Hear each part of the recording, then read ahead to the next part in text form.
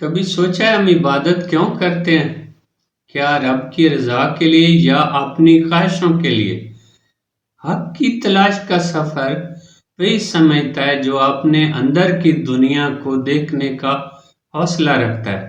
جب کوئی شخص کسی فقیر کے پاس جا کر کہتا ہے مجھے علم چاہیے تو مجھے راہ حق چاہیے، تو فقیر مسکراتا ضرور ہے، سنتا ہے، لیکن دل ہی دل میں یہ تولتا ہے کہ یہ بندہ سچ میں رب کی تلاش میں آیا یا دنیا کی آسانیوں، کرامات یا شہرت کے لالچ میں۔ رائے سلوک پر چلنے والا اگر صرف قرب الہی کا طلبگار ہو تو وہی در حقیقت طالب حق ہے، کیونکہ رب کی محبت لالچ سے پاک ہوتی ہے۔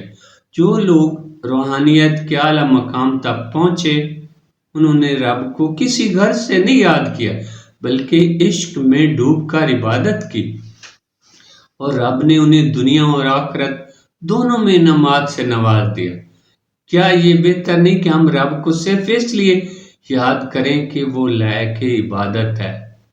نہ جنت کی طلب نہ دوزخ کا خوف، بس ایک شکر گزار دل جو کہتا ہے میرے رب تو اتنا مہربان ہے کہ بن مانگے عطا کرتا ہے۔ حضرت رابعہ بصری کی دعا یاد آتی ہے، اے اللہ دنیا میں میرا حصہ اپنے دشمنوں کو دے دے اور آخرت میں میرا حصہ اپنے دوستوں کو، میرے لیے تو ہی کافی ہے۔ یہی وہ جذبہ ہے جو بندگی کو عبادت بناتا ہے۔ جب انسان عبادت میں لالچ چھوڑ دیتا ہے تو اس کے اندر عاجزی پیدا ہوتی ہے، تب تکبر پگھل جاتا ہے اور دل سے صرف شکر نکلتا ہے۔